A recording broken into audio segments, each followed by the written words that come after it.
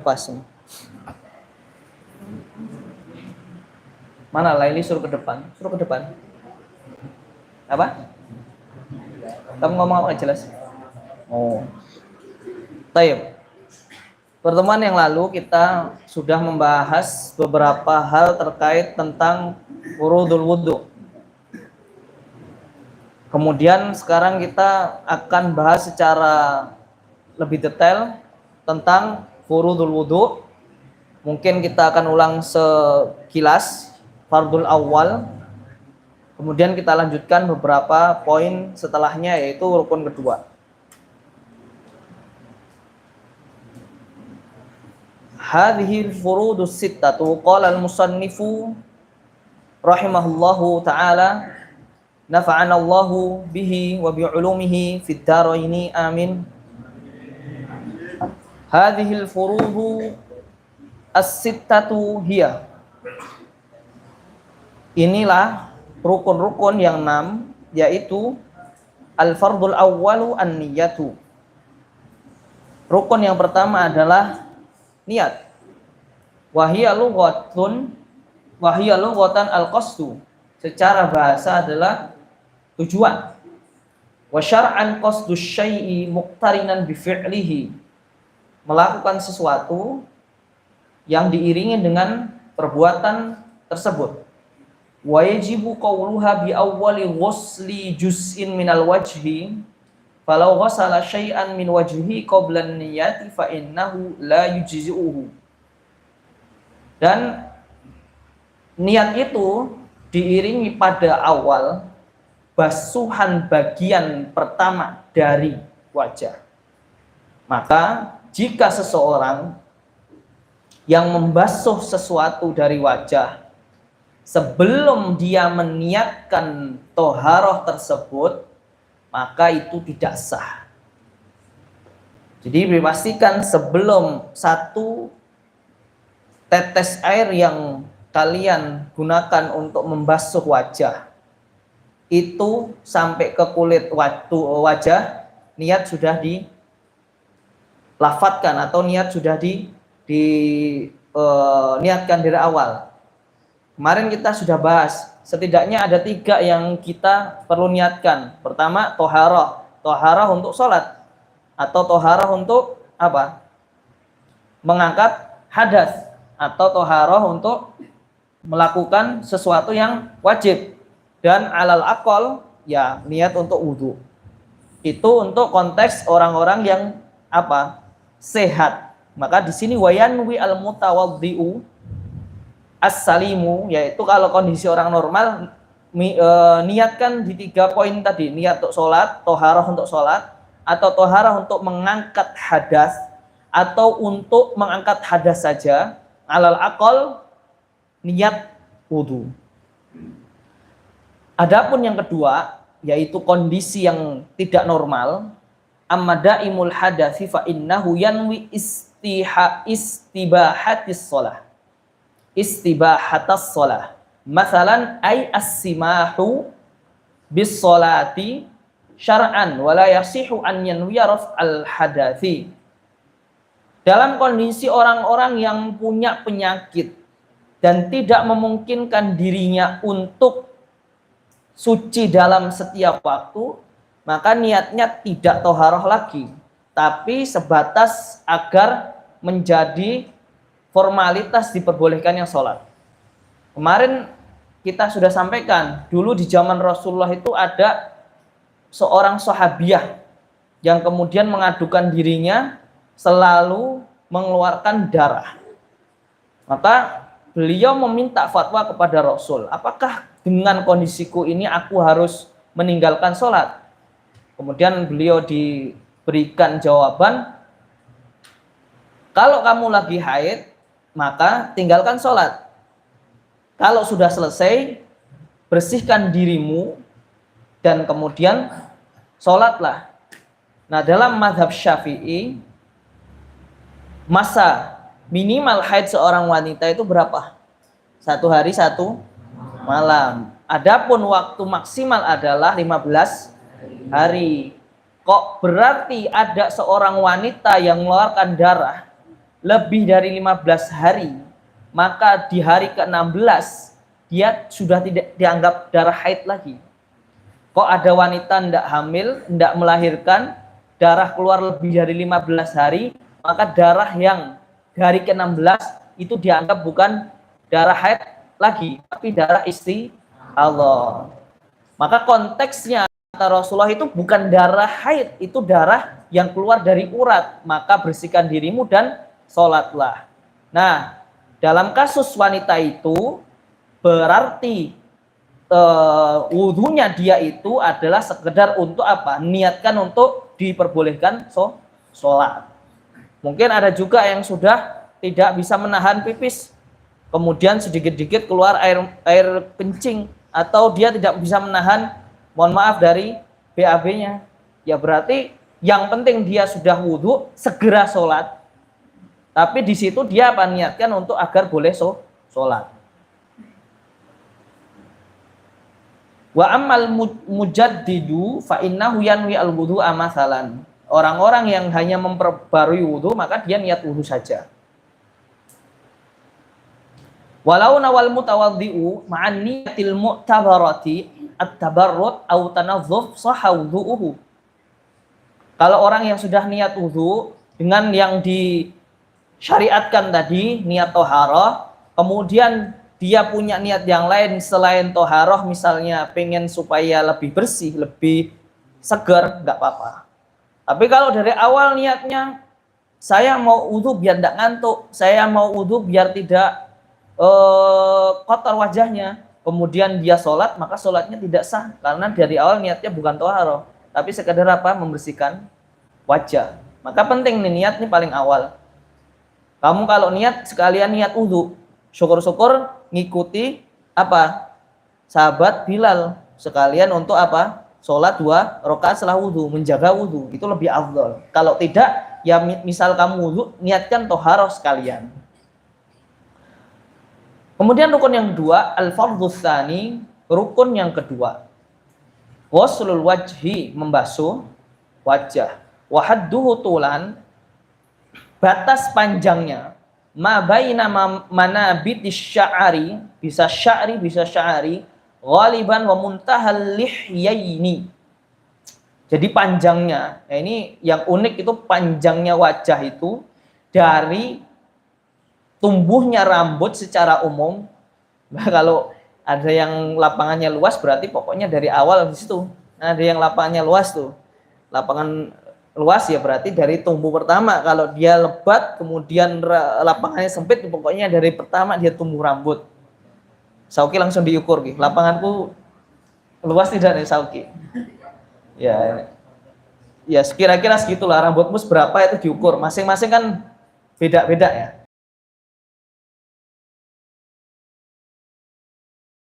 Di sini ya, ini kalau Ustadz ini ada, cuma harus pakai mikroskop ini paling. Fayat sama Fethi kita sudah tahu semua. Wa ardan ma bainal udhunaini, secara luas, secara lebar itu adalah bagian di antara dua telinga. Maka ini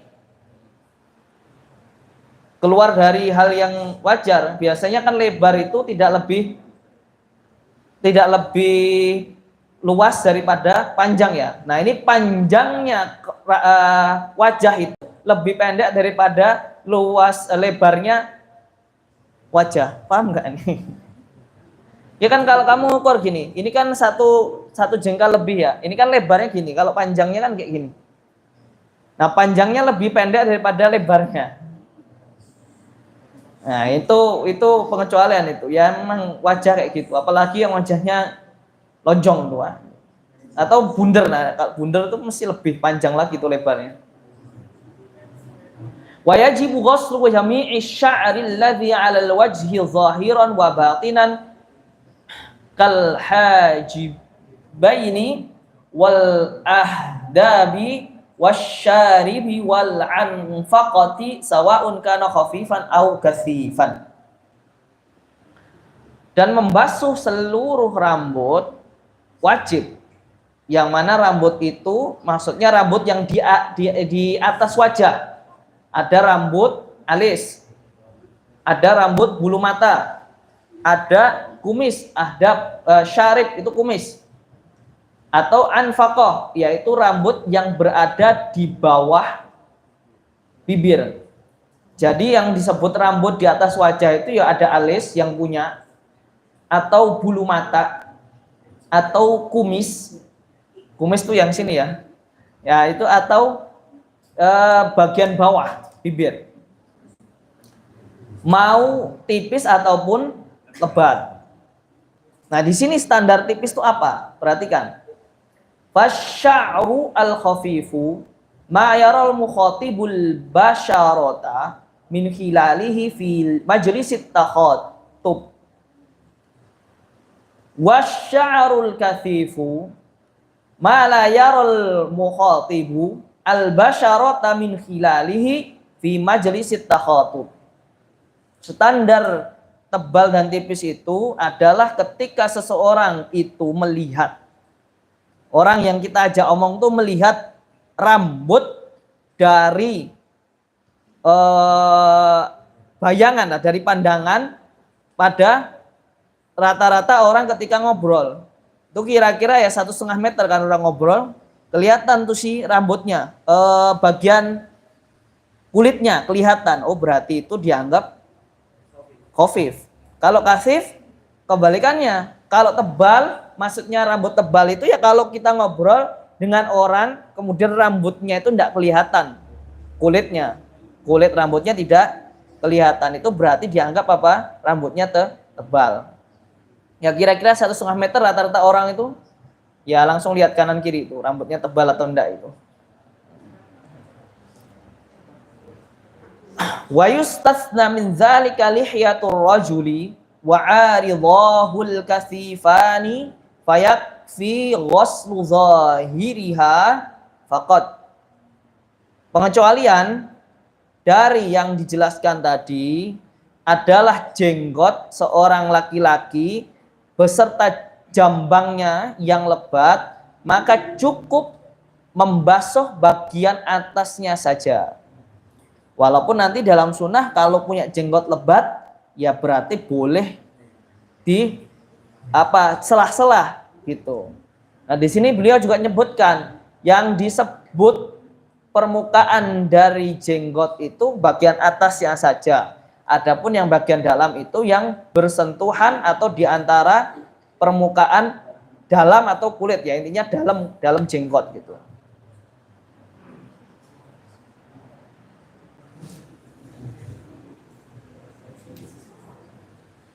Yang baca belum ditentukan nih harusnya ya. Nah, ini langsung siapa yang baca? Oke, baca yang fardhu salis. Mic-nya mana mic? Silahkan pakai mic, kemudian dibaca yang rukun ketiga.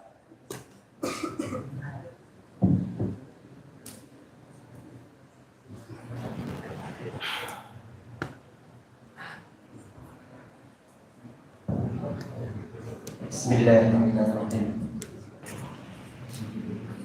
Al-fardhu tsalits. Rukun yang ketiga.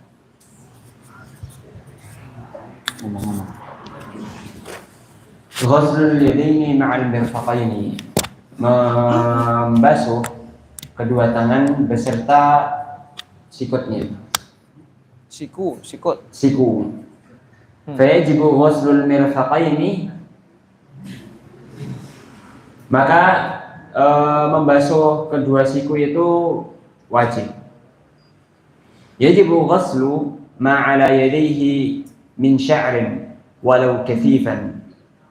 Wajib membasuh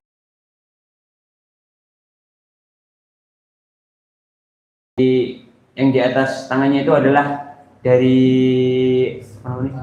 rambut. Nah, sebaiknya kamu baca sampai koma minimal. Jadi fayajibu ghuslul mirfaqaini kama yajibu ghuslu ma'ala yadayhi min sya'rin walau kathifan wasil'atin kawaram. Kayak gitu sampai situ minimal. Supaya artinya tidak terputus, jelas. كما يجب غسل ما على يديه من شعر ولو كثيفا وسلعة كورم. Seperti wajibnya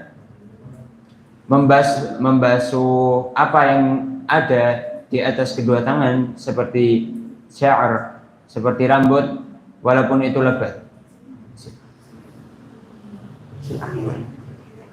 Wasilatin.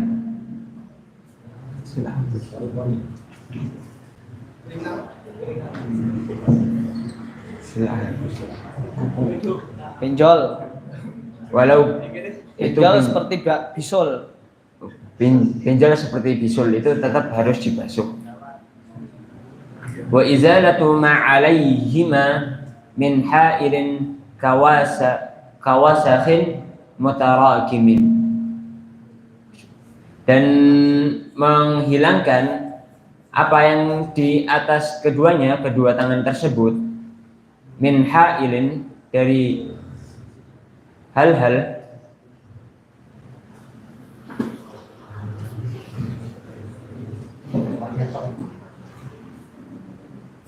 min ha'ilin, dari penghalang, kawasakhin mutarakimin, seperti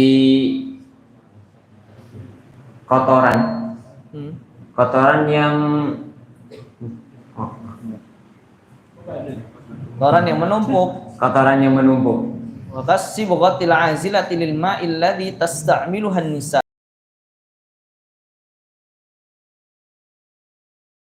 Seperti kayak pacar itu apa, di kuku namanya apa? Kutek, atau yang kayak di kulit itu apa namanya? Hina ya. Hina yang dia itu waterproof. Al-azilati lil ma' itu waterproof, yang sering dipakai perempuan. Ini berarti poin ketiga ya, rukun ketiga ya. Membasuh kedua tangan sampai siku. Membasuh kedua siku itu wajib, seperti wajibnya membasuh apa-apa yang berada di atas kedua tangan, seperti bulu. Nah, ini yang kadang ada orang itu banyak bulunya, seluruh tubuhnya berbulu, termasuk tangannya berbulu lebat, maka itu harus dibasuh. Dan misal ada orang yang bisulan, bengkak, benjol, itu juga harus dibasuh.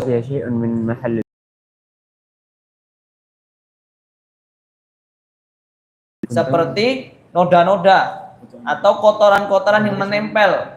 Kotoran itu maksudnya sesuatu yang menghalangi pori-pori kemasukan air, seperti kutek tadi atau model henna-henna yang waterproof, yang mana nggak memungkinkan air itu masuk ke dalam pori-pori. Lanjut baca. Walau qati'at yaduhu wa baqiya syai'un min mahallil fardi wajib ghusluhu. Walaupun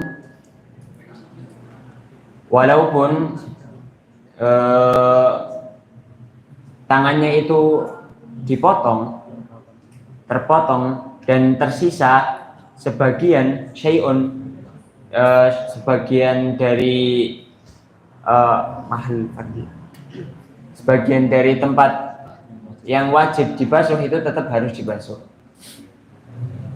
Walau rakkaba yadan sana'iyatan ghayra multahamatin bihaitsu tunza'u fi ayyi waqtin fala yajibu ghusluha. Dan jika rakkaba yadan disambung dengan tangan palsu yang tidak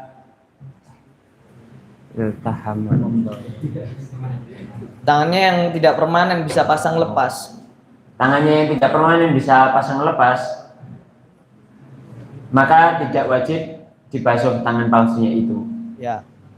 Jadi kalau secara definisi tangan umum itu berarti kan dari katif sini, dari pundak sampai ujung jari ya. Itu kalau dalam segi bahasa. Tapi kalau disebut yad ketika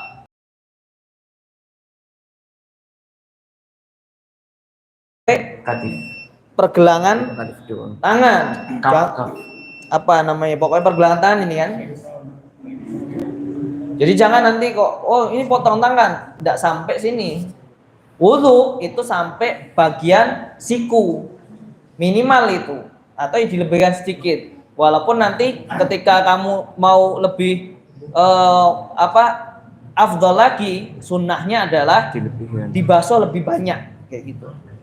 Nah ini kasus ada orang diamputasi, tangannya tinggal separuh, misal yang bagian sininya, maka bagian wajibnya harus dibasuh, atau tinggal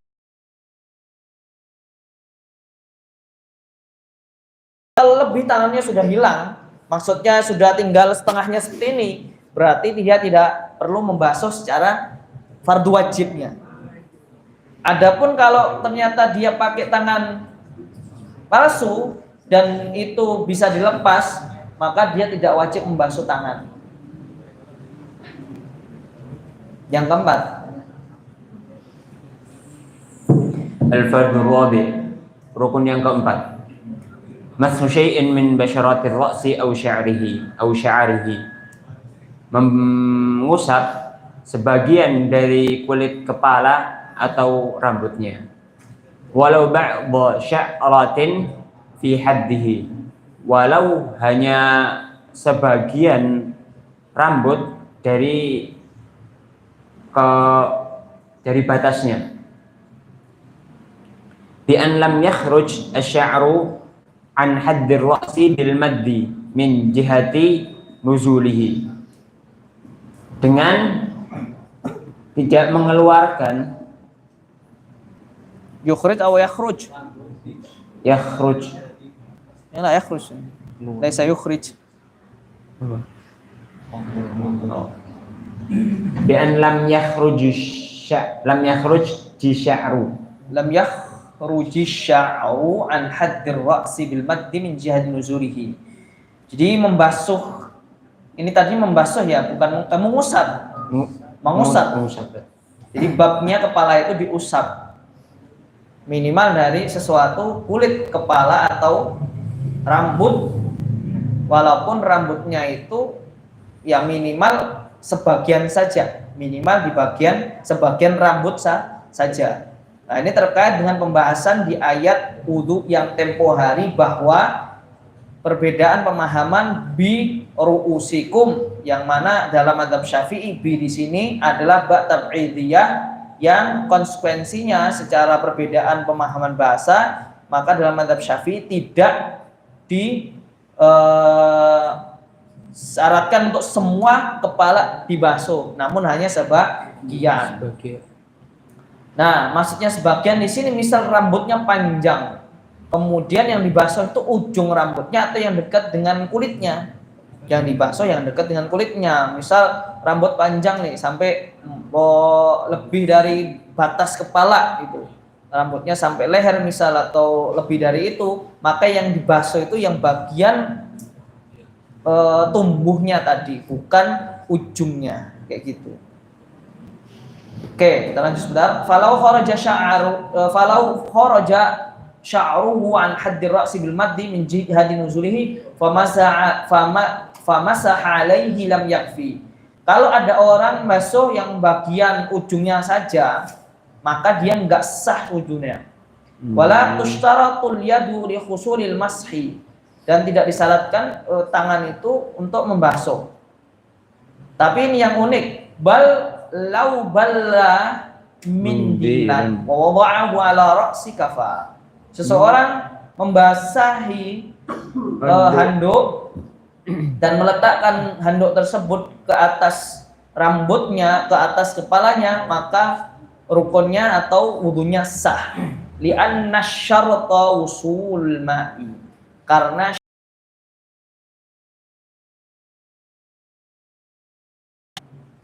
kepala adalah sampainya air. Jadi kalau kamu mau cuman ditetesin pun enggak masalah sebenarnya. Atau di sini konteksnya pakai handuk basah tempelin ke kepala juga sah. Walau ghassala ra'sahu badala mashihi jaza li'annal ghassla mashun wa ziyadatun illa annal masha afdal. Kalau seseorang itu membasuh kepalanya sebagai pengganti dari mengusap, maka wudunya sah. Karena membasuh itu adalah mengusap pakai plus-plus gitu. Kecuali bahwa mengusap itu lebih afdol. Jadi membasuh kepala boleh, tapi mengusap lebih afdol. Ingat ya, membasuh dengan mengusap itu beda.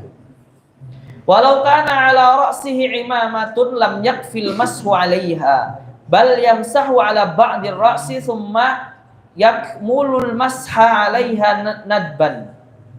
Kalau di atasnya itu ada imamah, orang tersebut membasuh imamahnya saja tidak sah, tapi harus membasuh beberapa bagian dari kepalanya. Nah, dulu Rasulullah juga pernah itu. Beliau pakai imamah, kemudian imamahnya diusap, tapi juga tetap mengusap bagian rambutnya. Kita lanjut sampai fardul 6. Al-fardul khamisu waslur rijlaini ma'al ka'baini wal ka'bani huma al-'azmani an-nati'ani 'inda mafsalis saqi wal qadam. Rukun yang kelima dari wudu adalah membasuh kedua kaki sampai mata kaki.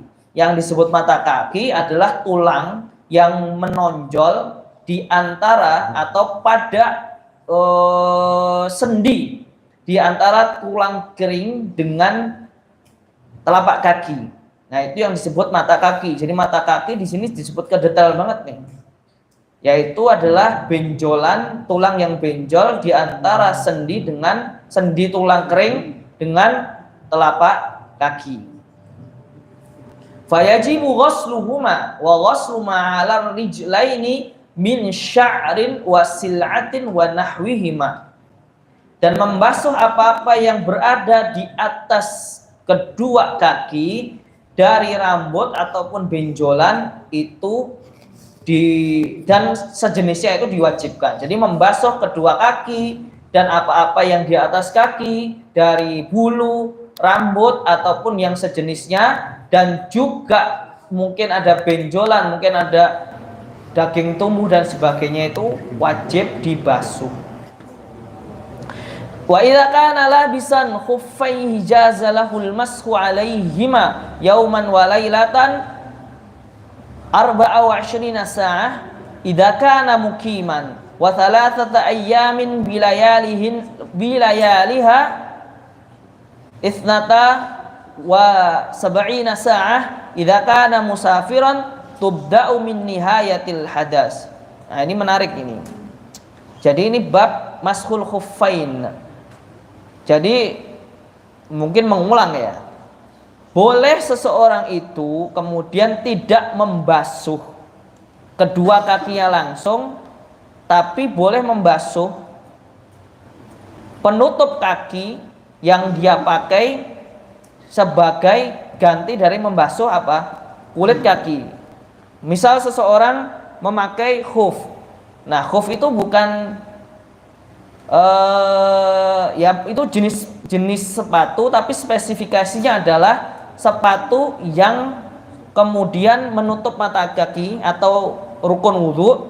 Kedua, terbuat dari bahan yang kuat, tidak lemah. Maksudnya, berarti kalau khuf menutup mata kaki, pakai kaos kaki boleh, kaos kaki tidak kuat. Dan yang ketiga, memang dipakai untuk sesuatu yang perjalanan ataupun yang kuat lah, yang kuat. Jadi dipakai dalam waktu lama itu tidak rusak. Itu kalau konteksnya khuf tuh di Indonesia mungkin kayak sepatu PDL gitu kali ya. Sepatu TNI itu kali itu masuk khuf. Nah, ini pernah saya praktekkan dulu ketika kemah. Kita kemah 7 hari 7 malam. Nah, pakai PDL itu kan.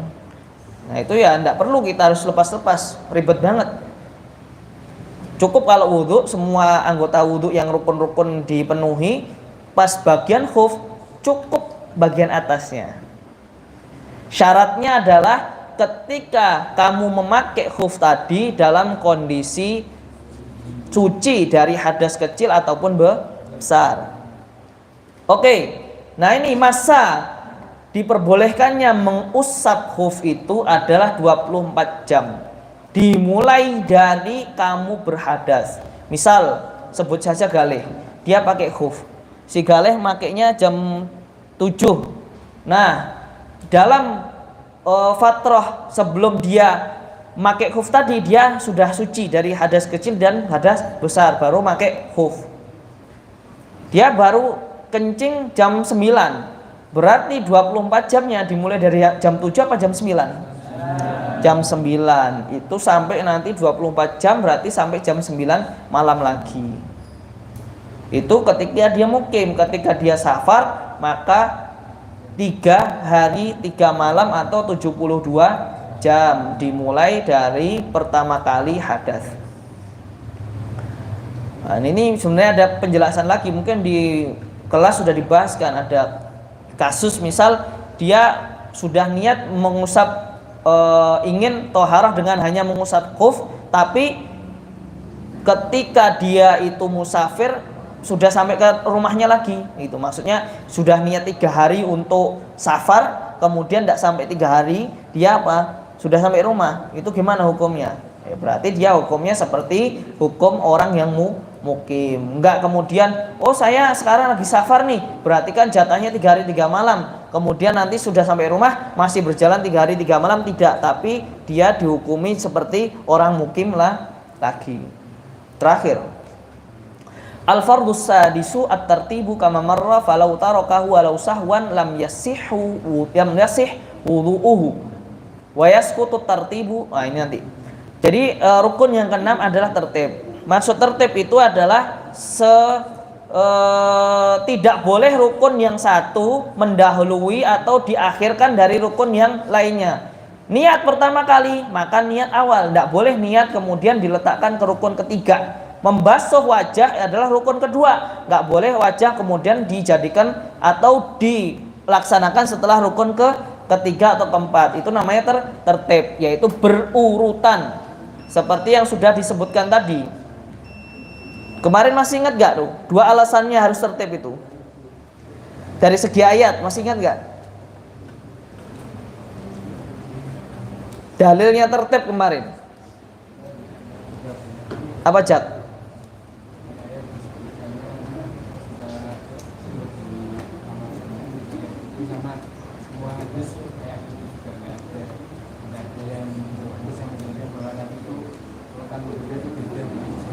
Ya, Hasan. Harusnya pakai mic gitu dia.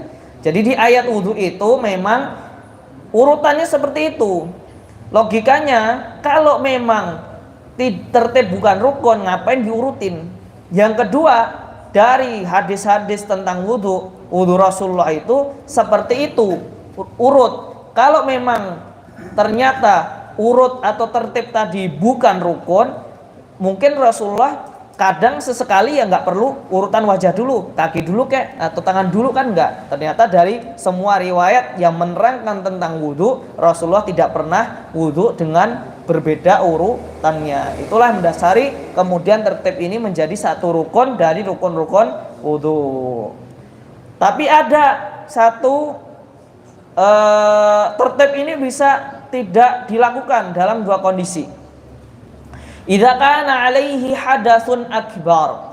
Kalau dia dalam kondisi hadas besar, lindirajil hadasil asghari fil hadasil akbar, faman alaihi janabatun faqtasala laha kafahu dzalika anil wudu. Ada orang junub, dia kemudian mandi besar, maka ketika dia itu mau melaksanakan sholat, sudahlah dia tidak perlu wudu lagi, karena mandi besar itu istilahnya sudah mencakup wudu.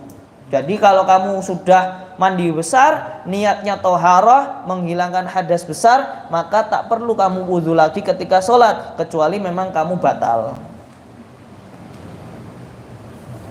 Idan ghamisa al-muhditsu fi ma'in walau qalilan thumma nawaraf al-hadasil asghari ajza'ahu dzalik wa illam yamkus fil ma'i zamanan yattasi'u litartibil hakiki. Kalau orang berendam Orang yang lagi hadas rendam di air walaupun sebentar, kemudian dia meniatkan dirinya untuk mengangkat hadas kecil, maka itu dianggap juga apa? Sudah sah toharohnya. Kamu berendam di umbul, kemudian niatnya menghilangkan hadas kecil. Nah, sekalian di situ kamu mengeluarkan hadas, terus sekalian niatkan untuk toharoh itu. Nah, biasanya orang-orang kan enggak sekalian tuan paket lengkap itu. Nah, maka di situ dia apa? Sah wudunya, sah toharohnya. Tapi kalau dia enggak nyemplung, ya maka dia harus apa? Berwudu seperti wudu yang normalnya, seperti itu. Alhamdulillah selesai kita pembahasan rukun-rukun wudu. Pekan depan atau nanti di pertemuan selanjutnya tolong ditunjuk satu korek dari kelas 11. Kemudian silakan siapkan mic-nya. Kemudian nanti untuk teknisnya seperti ini, alhamdulillah saya suka. Tapi ingat ketika Ustadz sudah datang sudah siap insya Allah. Baik, barakallahu fikum, naktafi bihadzal qadar. Nakhtatim liqa'ana bilhamdalillah wa du'a kafaratul majlis. Alhamdulillahirabbil alamin. Subhanakallahumma bihamdik asyhadu an la ilaha illa anta astaghfiruka wa atubu ilaik. Assalamualaikum warahmatullahi wabarakatuh.